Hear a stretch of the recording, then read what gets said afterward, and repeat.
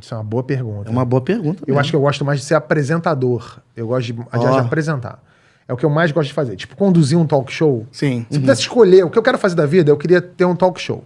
Daqueles clássicos, Seria tipo foda. Jimmy Kimmel, assim, nos Estados Unidos. É o que eu gostaria de fazer. Pô, seria foda isso. Você teve um talk show. Mas era um talk... Não era um talk show, na Era verdade. porque Era um exercício de improvisação travestido de talk show. Sim. Que foi na TBS, a gente fez um talk show que era de mentira. Então a gente tinha todo um cenário de talk show, que aliás foi outras coisas que me fizeram chorar de rir. Era o show do Kibe. E aí tinha um estúdio, bancada, banda, tinha tudo de um talk show, produção de um talk show, e os convidados chegavam lá. Aí o cara chegava e eu falava assim, pô, vamos fazer. O cara, pô, vamos fazer, vamos começar. E aí passava o cara com uma escada, ajeitando o cenário, vinha o outro ajeitar a lapela, Foda. vinha maquiador, e tudo isso era ator. E equipe. vocês conversando. A gente conversando. E aí eu bati um papo com ele, eu fazia meio que uma pré-entrevista com o convidado. E o convidado falava uns absurdos, porque ele não sabia que estava sendo gravado. E quando ele acabava, a gente, então vamos começar? Vamos. Eu falava assim, é isso, obrigado. Aí ele, acabou, era isso. E aí... Caralho. E o mais engraçado é que a natureza humana, né, o cérebro humano, ele é muito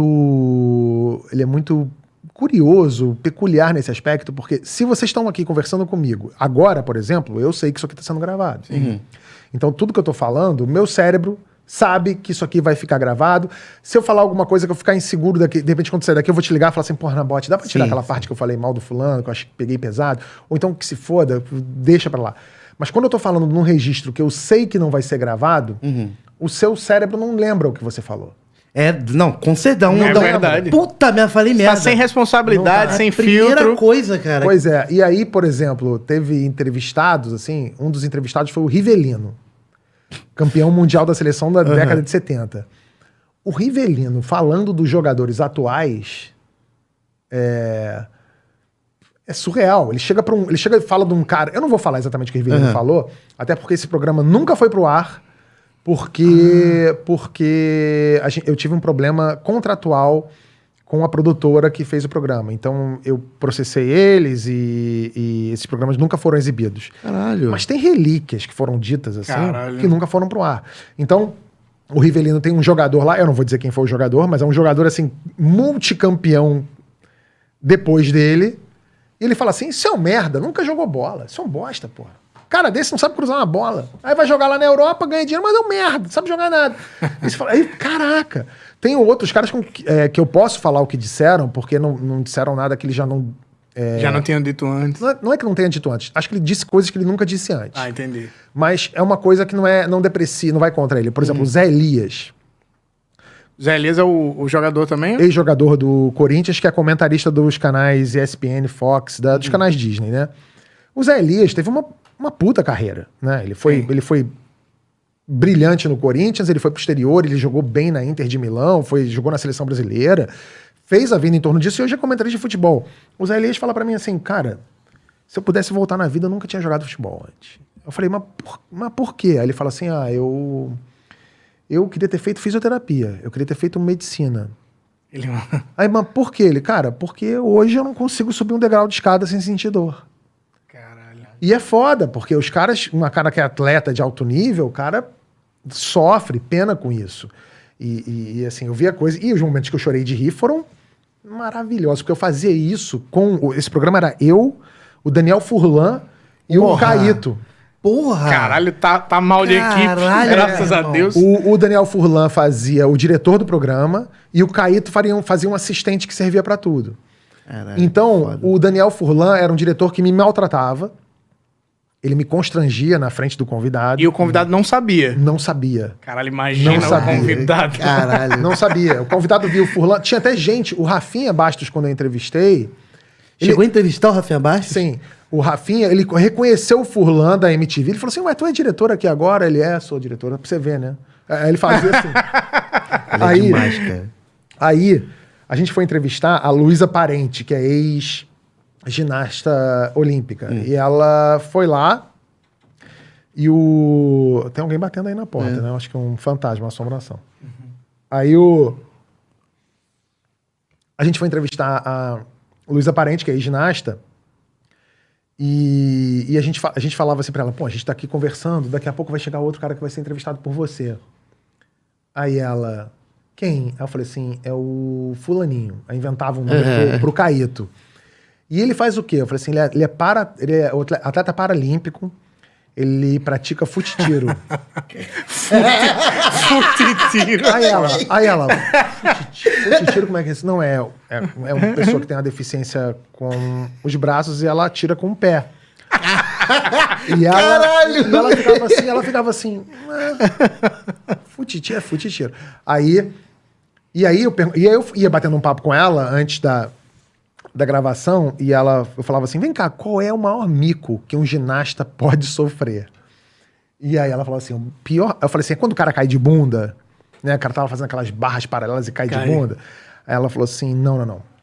O pior é quando você cata cavaco. Não sei quem está assistindo sabe o que é cata cavaco.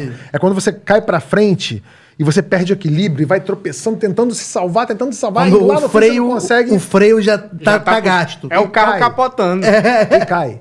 E aí a nossa piada, o que a gente tinha armado pra ela é que em algum momento chegaria o Rogerinho, né, o Caíto, que todo mundo conhece como Rogerinho do Engalho, chegaria lá dizendo que ele era atleta de fute-tiro.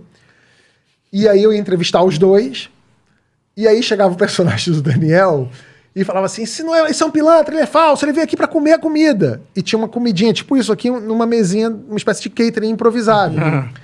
Aí ele chegou, eu fiquei conversando com ela, e aí passava a pergunta pra ele, e ele falava assim, faz fute-tiro. Quando eu tiro com o pé. E aí ficava aquele clima. Como é que é? Ele fazia essa vozinha. Como é que era a voz? Ele fazia essa voz. Eu não sei fazer direito, mas. Tiro com o pé, eu tiro. Eu faço funtinho quando eu tiro com o pé. E o entrevistado sério aqui. E ela séria, segurando. Caralho, Aí meu chegou irmão. o Daniel Furlan falava assim. Aí, corta! Esse cara é pilantra, ele não é do fute-tiro, não, isso é mentira. E aí, a nossa performance ensaiada é que ele saía correndo, pegava a bandeja e ia embora. Meu irmão, ele levantou pra sair correndo, ele não me cata cavaco de verdade. Ele catou o cavaco de verdade, caiu e a gente não aguentou. Eu comecei a chorar. Teve uma outra vez que a gente foi entrevistar o Robson Caetano, um corredor olímpico também.